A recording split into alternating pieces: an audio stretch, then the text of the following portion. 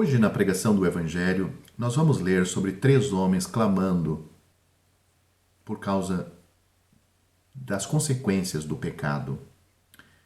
Primeiramente, eu vou ler sobre um homem, um publicano, ele não tem o seu nome. O Senhor Jesus contou uma parábola onde aparece ele e o seu clamor, o seu desespero, a sua aflição era por causa dos seus pecados. Esta parábola está em Lucas capítulo 18, vamos ler os versículos 13 e 14. Acompanhem comigo. O publicano, porém, estando em pé, de longe, nem ainda queria levantar os olhos ao céu, mas batia no peito, dizendo: Ó Deus, tem misericórdia de mim, pecador. Digo-vos que este desceu justificado para a sua casa, e não aquele. Porque qualquer que a si mesmo se humilha, será exaltado. A outra pessoa que sofre por causa dos pecados é o Senhor Jesus. E ele clama, não é os seus próprios pecados, mas são os nossos pecados. Vamos ler em Mateus capítulo 27, do versículo 46 a 51. E perto da hora nona exclamou Jesus em alta voz, dizendo: Eli, Eli, lama sabactani. Isto é, Deus meu, por que me desamparaste? E alguns dos que ali estavam, ouvindo isto, diziam: Este clama por Elias. E logo um deles, correndo, tomou uma esponja e bebeu-a em vinagre e, pondo-a numa cana, dava-lhe de beber. Os outros, porém, diziam: Vejamos se Elias vem livrá-lo. E Jesus, clamando outra vez com grande voz, rendeu o espírito. E eis que o véu do templo se rasgou em 2, de alto a baixo. O outro versículo é a história de um homem rico que abriu seus olhos no inferno. Ele também está clamando por misericórdia e está ali por causa dos seus pecados. Lucas capítulo 16, do versículo 22 a 26, o final do versículo 22 diz: Morreu também o rico e foi sepultado, e no Hades, aqui o inferno, ergueu os olhos estando em tormento, e viu ao longe Abraão e Lázaro no seu seio. E clamando, disse: Pai Abraão, tem misericórdia de mim. E manda a Lázaro que molhe na água a ponta do seu dedo e me refresque a língua, porque estou atormentado nesta chama. Disse, porém, Abraão: Filho, lembra-te de que recebeste os teus bens em tua vida, e Lázaro somente males. Agora este é consolado, e tu atormentado. Além disso, está posto um grande abismo entre nós e vós, de sorte que os que quisessem passar daqui para vós não poderiam, nem tampouco os de lá passar para cá. Então essas são as leituras para a nossa meditação hoje. O primeiro clamor vem de uma pessoa, de uma alma aflita com os seus pecados. Talvez você, o mundo, tenha se acostumado com o pecado. O diabo, sem dúvida, tem trabalhado no mundo para que o pecado e os pecados, coisas cometidas e feitas que anteriormente era feio, era horrível até mencionar, hoje são praticados de maneira deliberadamente, fácil, sem nenhuma consciência acusativa. A sociedade, com a sua permissão, com a sua atitude permitiva, cada vez mais vai aceitando o pecado de várias formas. Mas Deus ainda continua não aceitando o pecado. Ele pode tolerar, ele é longânimo, diz o apóstolo Pedro, ele é longânimo para convosco, não querendo que alguns se percam, mas que todos venham a arrepender-se. Esse é o desejo de Deus, é nesse sentido que Deus é longânimo. Mas no Salmo, o salmista diz que Deus é um Deus que se ira todos os dias. Se ira todos os dias por causa do pecado humano. O pecado humano é uma afronta a Deus, ele atinge a Deus. E nesse mesmo salmo, o salmista diz que se o homem não se converter, Deus já tem as suas armas mortais e porá em ação estas armas contra estes pecadores que, endurecidos em seus pecados, não querem se arrepender. Mas aqui na primeira leitura que fizemos, nós temos um homem que está arrependido, sim. Ele está totalmente humilhado perante Deus. Este é o caminho para a salvação. Nenhum pecador vai ser salvo orgulhosamente. E uma forma de orgulho de um pecador se apresentar perante Deus é tentar ser salvo por suas obras. Tentar se justificar diante de Deus apresentando suas obras. E às vezes são obras, e muitas vezes são obras religiosas. Se convertem a alguma organização religiosa e ali, sem certeza de salvação, ele passa a praticar certas coisas que esta religião dá para ele fazer, ocupando a sua vida. E através dessas coisas, ela está procurando agradar a Deus na intenção de que Deus se agrada dela e, enfim, ela alcance a salvação. Na realidade, esta é uma afronta a Deus. Porque, diretamente e indiretamente, talvez, ela está dizendo que a obra de Cristo não tem valor. Sim, as pessoas religiosas normalmente aceitam a obra de Cristo como conhecimento. Sim, Cristo salva, mas essas pessoas não podem descansar unicamente no Senhor Jesus Cristo como seu Salvador. Elas não creem na palavra de Deus, que Cristo salva.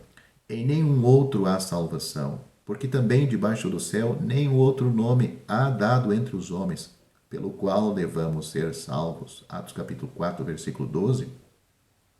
Que pela graça sois salvos por meio da fé. Isto não vem de vós, é um dom de Deus, não vem das obras, para que ninguém se glorie. O Senhor Jesus Cristo é o mediador entre Deus e os homens. Esta é uma palavra fiel e digna de toda aceitação, que Cristo Jesus veio ao mundo para salvar os pecadores. Deus enviou seu Filho ao mundo, não para que condenasse o mundo, mas para que o mundo fosse salvo por ele. Deus tem um plano, um caminho, um método de salvação. O ser humano tem outro. E você pode estar na igreja, como muitos dizem. Pode fazer parte da igreja. E pode estar bem envolvido na igreja. Mas você nunca foi salvo pela graça de Deus. E toda a sua vida religiosa, na realidade, é uma afronta a Deus. Pois você nunca se colocou como este homem. Você lembra de um dia ter se colocado como este homem em relação aos seus pecados? Muitas pessoas choram, batem no peito, se arrependem. Mas na realidade, são arrependimentos de erros que não deu certo. Porque se desse certo, elas estariam felizes. Nunca haveria esse remorso, o arrependimento. Mas o arrependimento para a salvação é diferente. É um arrependimento quando a pessoa sente na sua alma o peso da mão de Deus que o condena, que ela é merecedora do inferno se morrer em seus pecados. Será que um dia você já se sentiu assim, que você merece ir para o inferno por causa dos seus pecados?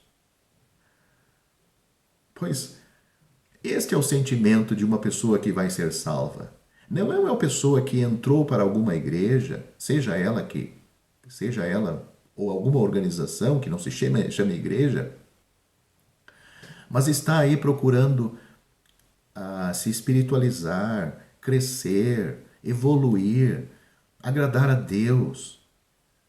A Bíblia diz: todos nós somos como o imundo.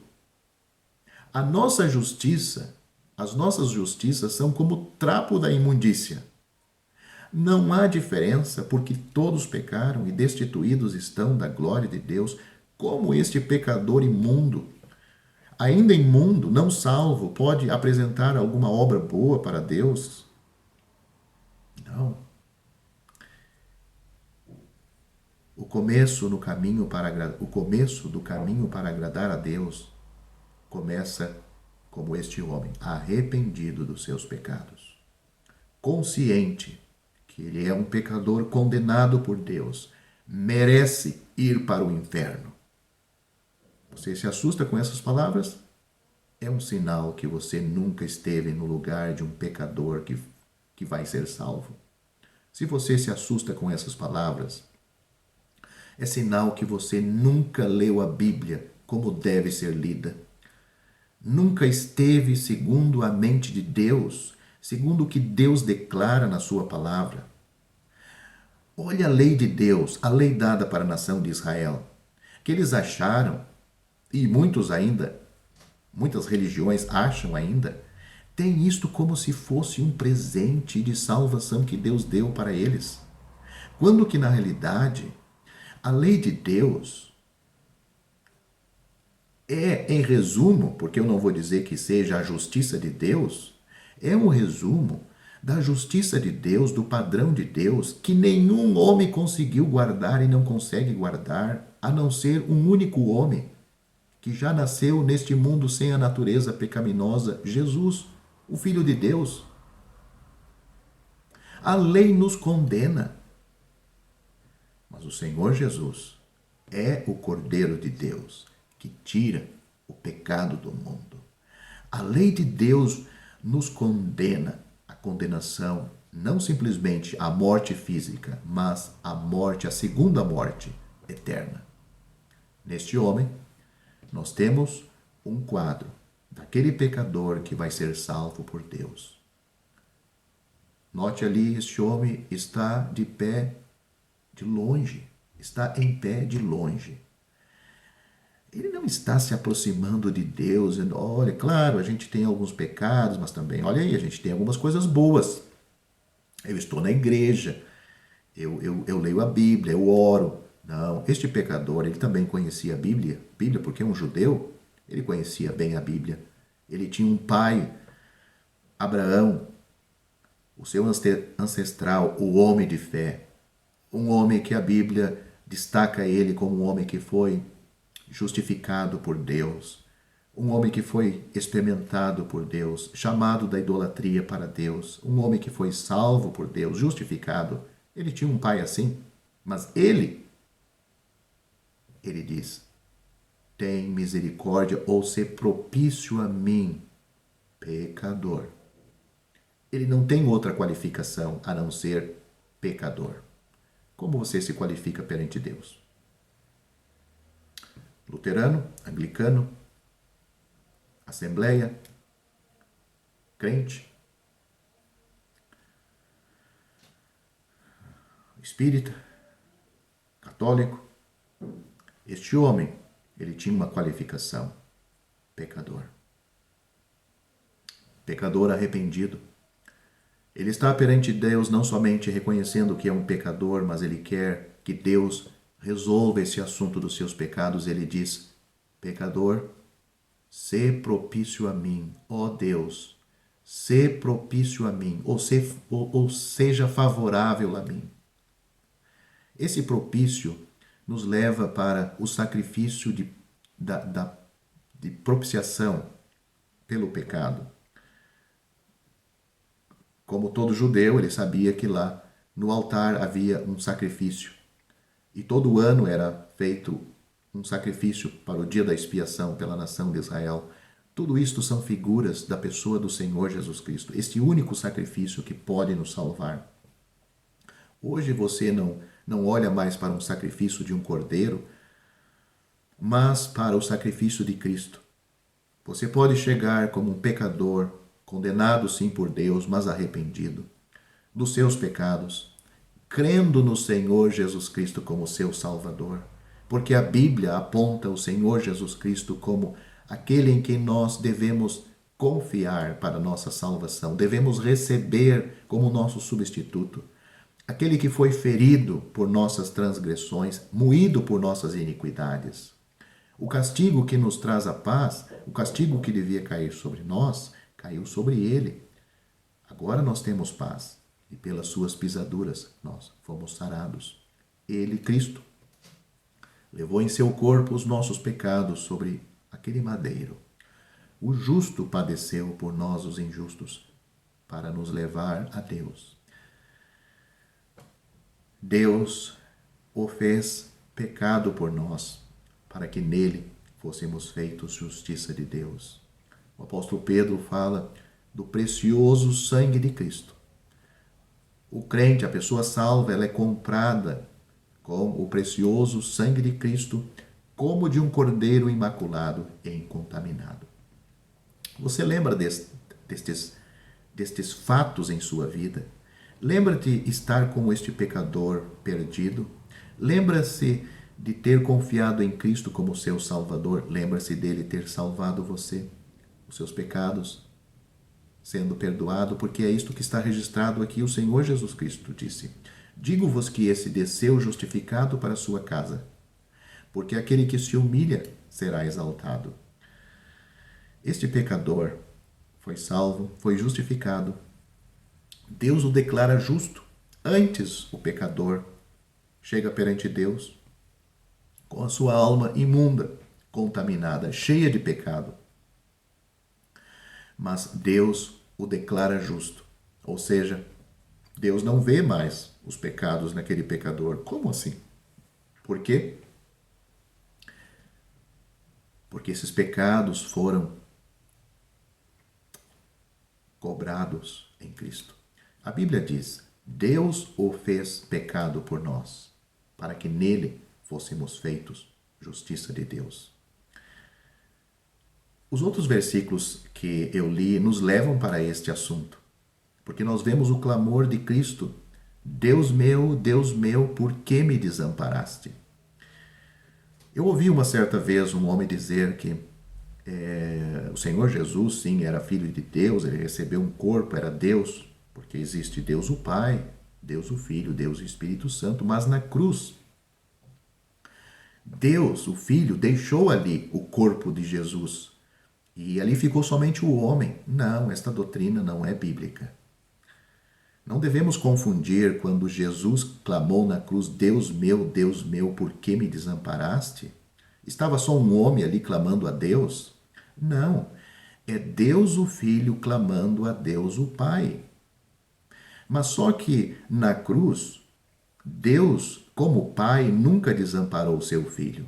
O Senhor Jesus Cristo disse: o Pai sempre está comigo. Mas Deus, como Pai, sendo aquela ocasião de julgamento sobre a pessoa do seu filho que estava ali, nós vemos que Deus feriu aquela pessoa, feriu o seu filho, julgou, o fez pecado por nós. E nesse sentido, ele teve que, como ter virado o seu rosto para ele e o ferido como nós, ferido no nosso lugar. Como entender isto? Talvez podemos nos servir de ilustrações humanas, porque até humanamente falando, nós temos ocasiões assim. Podemos tomar como exemplo um juiz que o seu filho transgrediu a lei. Não é o caso do Senhor Jesus, ele nunca transgrediu a lei, mas ele está ali sendo feito pecado por nós. Nós somos os transgressores, mas ele está nos representando. Mas então o filho do juiz, ele tem que condenar o seu filho. Mas ali, no tribunal, este juiz não está como o pai daquele indivíduo, mas sim como o juiz. E nesta figura, ele tem que condenar, julgar o seu filho, decretar a sentença sobre o seu filho, encaminhá-lo para a prisão, deixar que o soldado, a polícia, leve ele e o condene, prisão perpétua e até mesmo a morte. Esse juiz, na sentença, ele pode bater o martelo e julgar aquele que está na sua frente, mesmo sendo o seu filho. Mas ele está na posição de juiz, vestido como juiz. Assim nós vemos na cruz. Deus, o Pai, sim, como juiz. Neste caso, ele está como Deus, não como Pai. Mas depois desse julgamento, esse mesmo juiz, depois que seu filho é levado à prisão, esse juiz, como pai, ele pode visitar o seu filho, pode levar comida, levar roupa, pode estar ali conversando com ele, pode estar junto dele. Tudo isto como a mesma pessoa, mas em representações diferentes, em circunstâncias diferentes. A mesma coisa. O pai, como pai, Deus nunca abandonou o seu filho. Mas como Deus, como juiz, então nós não podemos separar as pessoas humanas e divinas. O filho, como Deus o Filho, na pessoa de Jesus, e deixar ali somente um homem sozinho. Só um homem não poderia nos substituir. Podia ser um homem sem pecado, como era, mas havia necessidade de algo mais. A Bíblia diz que Deus estava em Cristo reconciliando consigo o mundo. E que Deus o fez pecado por nós, para que nele fôssemos feitos justiça de Deus.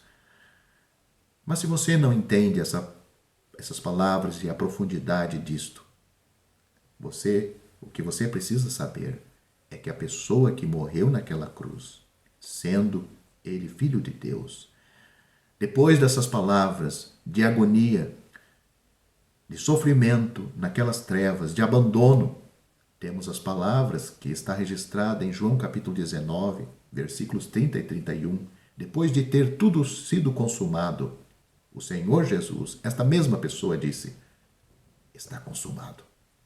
A obra para a nossa salvação. Você como pecador arrependido, você na figura daquele publicano, com uma consciência sensível, uma consciência tocada pelo Espírito Santo, e você crendo na palavra de Deus, que a palavra de Deus o declara como um imundo, um pecador.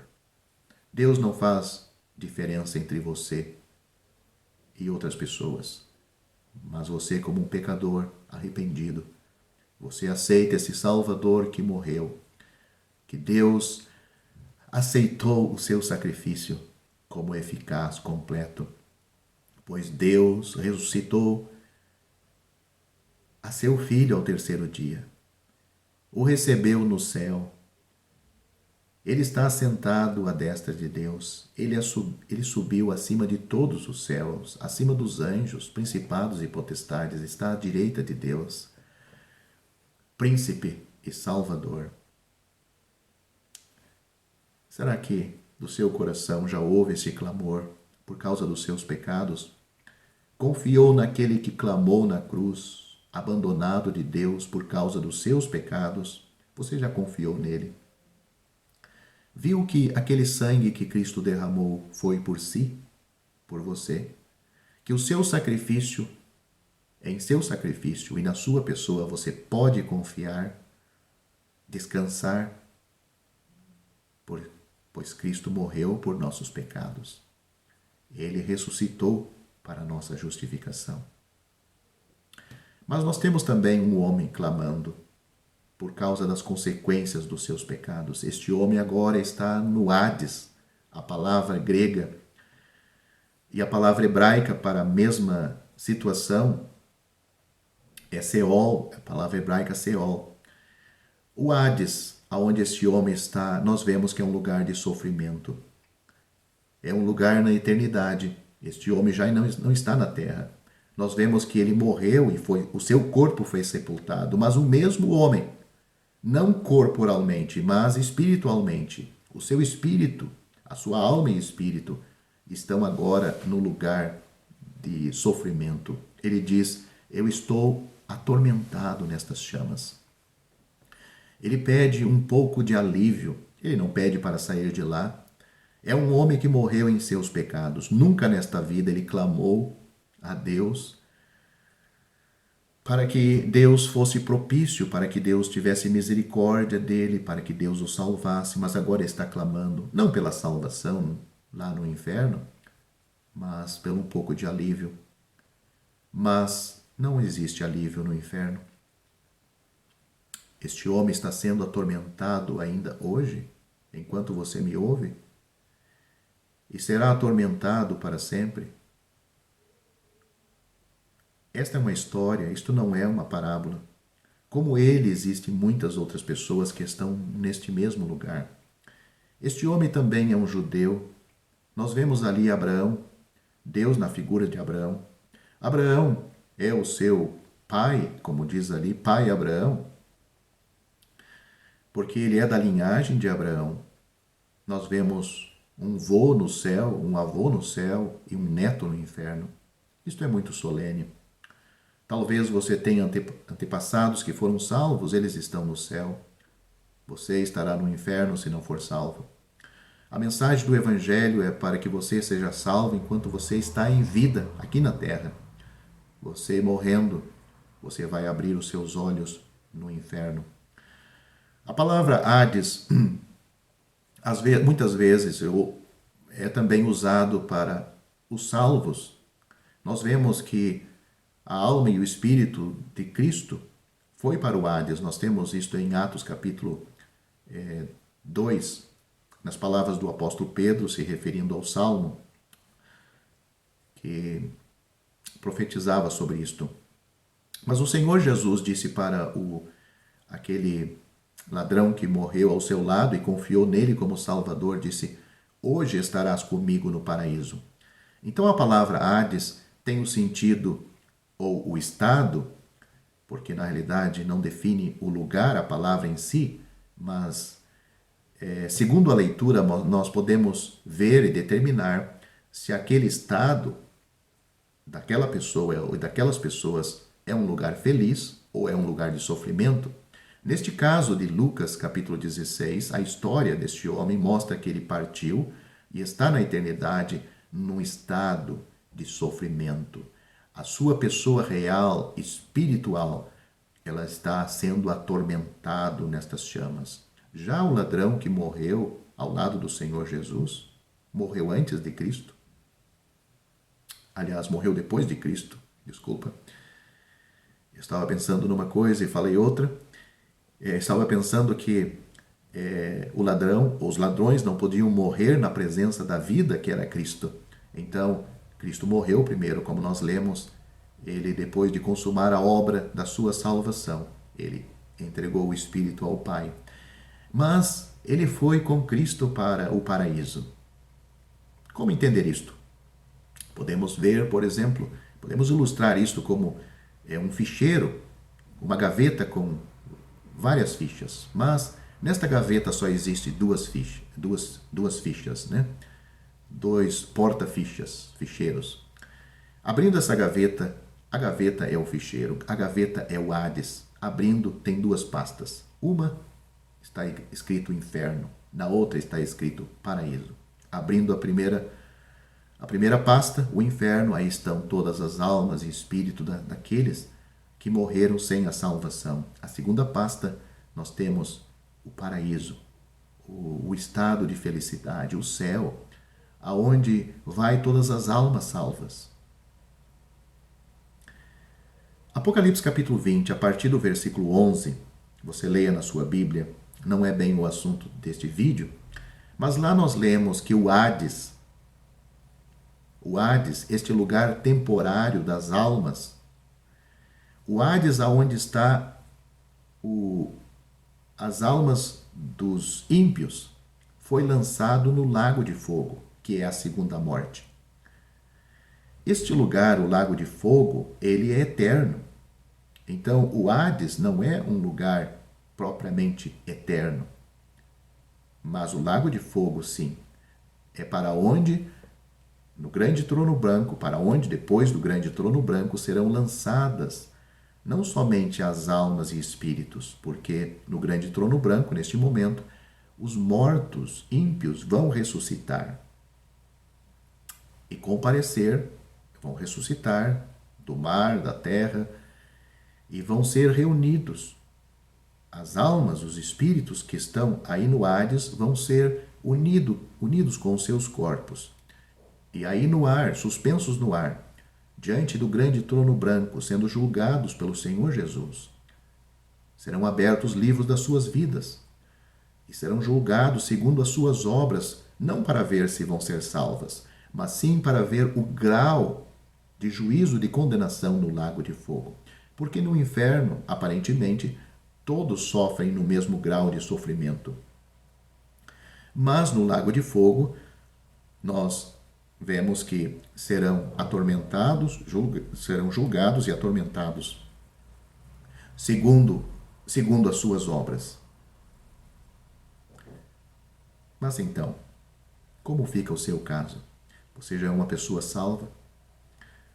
Você já clamou um dia por causa dos seus pecados, clamou diante de Deus, não aos pés de um pastor, padre, missionário, um clamor superficial que os homens viam, aprovavam ou desaprovavam, mas já clamou perante Deus, querendo ser salvo, querendo ser justificado por Deus.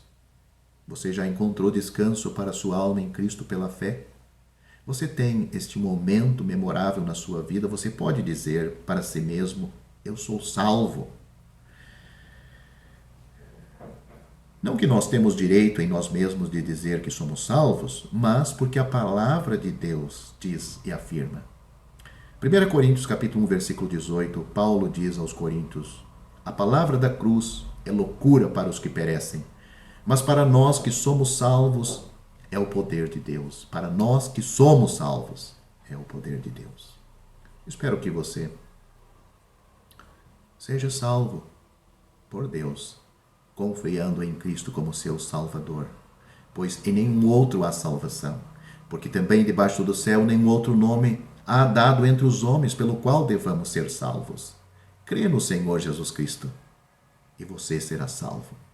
A minha oração e o meu desejo é que isto seja uma realidade em sua vida, para a sua bênção eterna. Muitas pessoas estão morrendo hoje e estão abrindo os seus olhos no inferno, e todos nós estamos nesta fila e vamos ser chamados para a eternidade muito antes do que nós pensamos e imaginamos. Se for você hoje, como está a sua situação?